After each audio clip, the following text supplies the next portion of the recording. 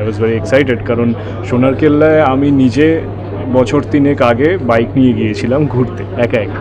এবং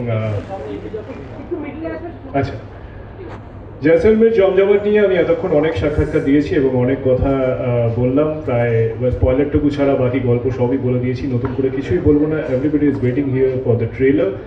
আর আমি শুধু এটুকুই বলবো যে সবাই ধন্যবাদ জানাবে, তো রেঙ্গুদাকে তো সবাই ধন্যবাদ জানাচ্ছে, ওহিন্দ্রিলাকে সবাই ধন্যবাদ জানাচ্ছে, কিন্তু আমার কাছে এটা আমাকে দুবার করে বলতে হবে, কারণ প্রথম যখন এটা নিয়ে কথা হয় যে কি গল্প হবে, তখন আমাকে যখন বলে আর কি রেঙ্গুদা উই স্যাট ডাউন অ্যান্ড গল্পটা কীভাবে সাজানো যেতে পারে, কি হতে পারে, সেই সময় থেকে শুরু করে রেকের কিছুটা ফেজ থেকে শুরু করে ফাইনালি শুটিং, ফিরে আসা, পোস্ট প্রোডাকশন সবটুকুতে আমি জড়িত ছিলাম।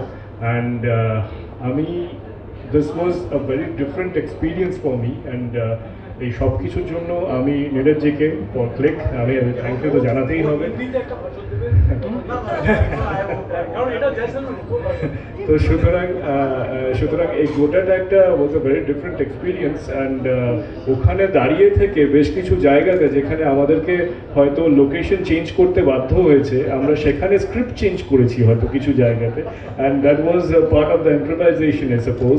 অ্যান্ড সব মিলিয়ে জয়সলমের সত্যি সত্যি জমজমাট, এখানেও তাই। ট্রেলারটা বেরোক, আমার মনে হয় যে মানুষের খুব ভালো লাগবে এবং মানুষ সেটা সত্যি এনজয় করবে। All years নীরজজি। জয়সলমের জমজমাট এবং রিঙ্গোদা মানে খুব ইনোভেটিভ সব আইডিয়া, কি বলবে? প্রথম যখন রেঙ্গুদা আমাকে বলে যে আমরা সোনার কেল্লা নিয়ে ছবিটা বানাচ্ছি, মানে আই ওয়াজ ভেরি এক্সাইটেড, কারণ সোনার কেল্লায় আমি নিজে বছর 3 আগে বাইক নিয়ে গিয়েছিলাম ঘুরতে একা একা। তো সেখানে আবার রিভিজিট করব, আবার যেতে হবে, তো আমার রাজস্থান শুনলেই বরাবরই খুব ভালো লাগে। অ্যান্ড দ্য বেস্ট পার্ট ওয়াজ এই সিরিজটাতে রিঙ্গোদার সাথে আমিও ডায়ালগ লিখেছি অ্যান্ড লেখার কাজে ছিলাম। তো অভিনেতা এবং লেখক দুটো হিসেবে থাকতে পেরে তো ডেফিনেটলি ভালোই লাগে যে কোনো কাজে।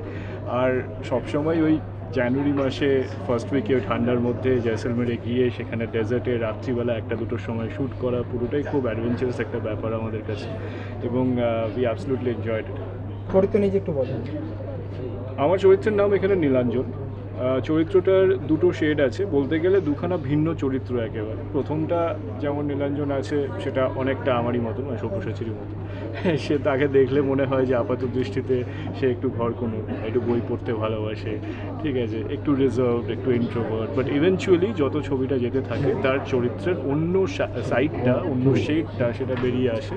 এবং পরবর্তীকালে দেখা যায় যে নীলাঞ্জন একেবারেই সেটা নয় যেটা শুরুতে ছিল, এবং সেটা কি সেটা আমি বলতে পারবো না, তাহলে সেটা স্পয়লার দেওয়া হয়ে যাবে। এবং শনও ছিল তোমার সাথে? সরি, শন?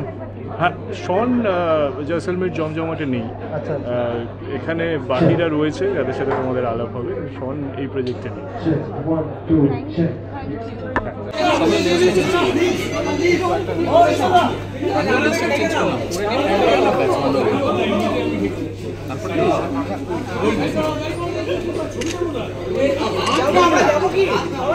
সবাই রেডি?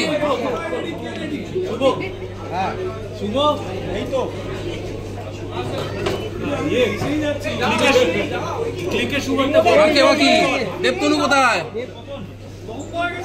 দেবতনু আর চাপ ওদিকে, মুখ আসছে না দেবতনু, দেবতনু মুখ আসছে না। আরেকবার লাফা। সামনে পাবে না, পিছন থেকে পাবে, লেন্স প্রাইম লাগিয়ে দিয়েছে, পিছন থেকে নেবে। এই ক্যামেরাতে সবাই একটু এই ক্যামেরাতে।